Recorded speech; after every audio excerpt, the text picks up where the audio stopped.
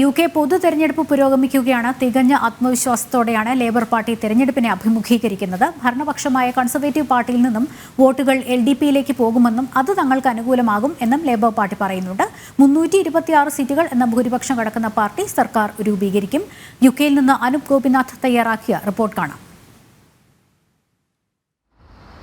ബ്രിട്ടന്റെ അടുത്ത പ്രധാനമന്ത്രി ആരായിരിക്കും എന്ന് തീരുമാനിക്കുന്ന പൊതു തെരഞ്ഞെടുപ്പാണ് നടക്കുന്നത്. രാവിലെ 7 മണി മുതൽ രാത്രി 10 മണി വരെയാണ് തെരഞ്ഞെടുപ്പ് നടക്കുന്നത്. ഞാനിപ്പോൾ നിൽക്കുന്നത് ലണ്ടന് സമീപത്തായുള്ള ഒരു പോളിംഗ് ബൂത്തിലാണ്. എനിക്ക് പിന്നിൽ കാണുന്ന ആ കെട്ടിടമാണ് പോളിംഗ് ബൂത്ത്. ഇവിടത്തെ നമുക്ക് കാണാം വലിയ തിരക്കുകളൊന്നും തന്നെ ഈ ഒരു പോളിംഗ് ബൂത്തിൽ കാണുന്നില്ല. അതിൻ്റെ പ്രധാനപ്പെട്ട കാരണം ഈ സമയക്രമം തന്നെയാണ്. രാവിലെ 7 മണിക്ക് തുടങ്ങുന്ന വോട്ടിംഗ് 10 മണി വരെ നീളുന്നത് കൊണ്ടും 10 മണിക്ക് വരിയിൽ നിൽക്കുന്ന അവസാന ആളിനും വോട്ട് ചെയ്യുന്നതിനുള്ള അവസരം ഒരുക്കുന്നത് കൊണ്ടുമാണ് വലിയ തിരക്ക് പോളിംഗ് സ്റ്റേഷനിൽ കാണാൻ സാധിക്കാത്തത്.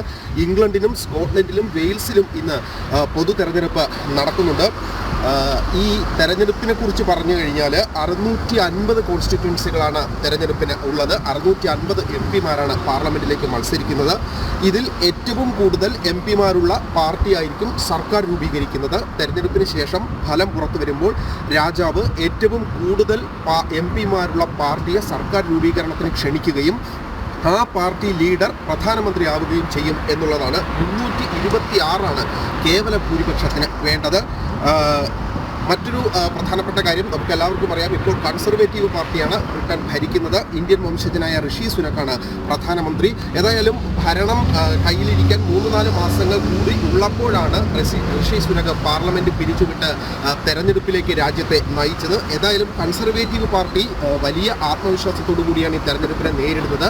ഇടക്കാലത്ത് വലിയ വിമർശനങ്ങൾ ഉയർന്നിരുന്നു. സാമ്പത്തിക അച്ചടക്കമില്ലായ്മയും ഇന്ധന വിലക്കയറ്റവും ഒക്കെ പ്രതികൂലമായി ബാധിക്കുമെന്ന തരത്തിൽ. എന്നാൽ അതിനുശേഷമുള്ള പ്രവർത്തനങ്ങൾ തങ്ങൾക്ക് വിജയസാധ്യത കൊണ്ടുവരുമെന്നുള്ള ആത്മവിശ്വാസത്തിൽ തന്നെയാണ് ഋഷി സുനകും കൺസർവേറ്റീവ് പാർട്ടിയും. ഒപ്പം തന്നെ കുടിയേറ്റ സംബന്ധമായിട്ടുള്ള നിയമങ്ങൾ കൂടുതൽ നിയന്ത്രണത്തിൽ ആക്കിയതോടുകൂടി ഈ ജനവിധി തങ്ങൾക്ക് അനുകൂലമാകുമെന്ന് കൺസർവേറ്റീവ് പാർട്ടി വിചാരിക്കുന്നുണ്ട്.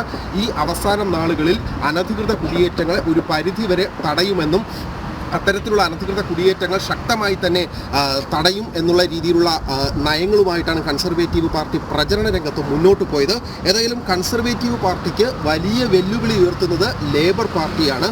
ലേബർ പാർട്ടി പ്രധാനമായും ഈ തെരഞ്ഞെടുപ്പിൽ ഉന്നയിച്ചത് ആദ്യ കാലഘട്ടങ്ങളിൽ കൺസർവേറ്റീവ് പാർട്ടി നടപ്പിലാക്കിയ സാമ്പത്തിക അസ്ഥിരത രാജ്യത്തെ പ്രതികൂലമായി ബാധിച്ചു എന്നുള്ളതാണ്. അതുപോലെ തന്നെ ഈ കുടിയേറ്റ നിയമങ്ങളിലും കൺസർവേറ്റീവ് പാർട്ടി വരുത്തിയ ഇളവുകൾ രാജ്യത്തിൻ്റെ സാമ്പത്തിക അവസ്ഥയെ പ്രതികൂലമായി ബാധിച്ചു എന്നുള്ളതുമാണ്. അതുകൊണ്ട് പരസ്യമായി തന്നെ ഈ കുടിയേറ്റ നിയമങ്ങൾക്ക് എതിരായി തന്നെ തങ്ങൾ വോട്ട് ചെയ്യും എന്ന് പറഞ്ഞുകൊണ്ടാണ്, അല്ലെങ്കിൽ തങ്ങൾ നിയമങ്ങൾ പാസ്സാക്കും, അതിനായി വോട്ട് ജനങ്ങൾ തങ്ങൾക്ക് ചെയ്യണം എന്ന് പറഞ്ഞുകൊണ്ടാണ് ലേബർ പാർട്ടി പ്രധാനമായിട്ടും ഈ തെരഞ്ഞെടുപ്പിനെ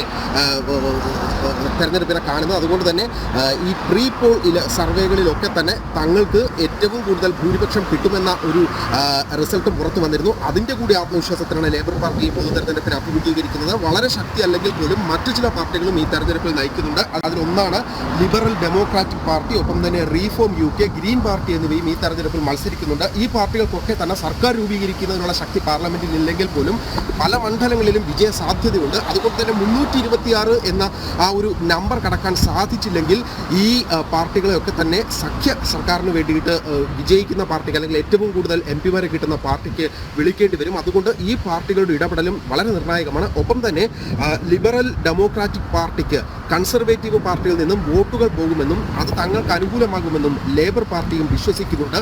ഏതായാലും 326 എന്ന അക്കം തികയ്ക്കാൻ സാധിച്ചില്ലെങ്കിൽ ഏറ്റവും കൂടുതൽ MP-മാരുള്ള പാർട്ടിയെ സർക്കാർ രൂപീകരണത്തിന് ക്ഷണിക്കും. ആ സമയം മറ്റ് സ്വതന്ത്രരെയും ഈ പാർട്ടിക്കുള്ളിൽ ആളുകളെയും കൊണ്ടുവന്നൊരു സഖ്യ സർക്കാർ രൂപീകരിക്കണം. അല്ലെങ്കിൽ ന്യൂനപക്ഷ സർക്കാരായിട്ട് ഭരിക്കേണ്ടി വരും ഏറ്റവും കൂടുതൽ MP-മാരുള്ള പാർട്ടിക്ക്. അത്തരത്തിൽ ന്യൂനപക്ഷ സർക്കാരായിട്ട് ഭരിക്കേണ്ടി വന്നാൽ പല നിയമങ്ങൾ പാസ്സാക്കുന്നതിന് തടസ്സമുണ്ടാകും. കാരണം പ്രതിപക്ഷത്തിരിക്കുന്ന അംഗങ്ങൾ കൂടി വോട്ട് ചെയ്താൽ മാത്രമേ അങ്ങനെയാണെങ്കിൽ പല നിയമങ്ങളും പാസ്സാക്കാനും സാധിക്കുകയുള്ളൂ. ഏതായാലും ലേബർ പാർട്ടിയോ കൺസർവേറ്റീവ് പാർട്ടിയോ എന്ന ഒരു തീരുമാനത്തിലെത്തുന്നതിന് വേണ്ടിയിട്ട് ഈ UK-യിലെ പൊതു തെരഞ്ഞെടുപ്പ് വളരെ ആകാംക്ഷയോടുകൂടി ലോകം ഉറ്റുനോക്കുന്നു. ജനം TV-ക്ക് വേണ്ടി ലണ്ടനിൽ നിന്നും അനൂപ് ഗോപിനാഥ്.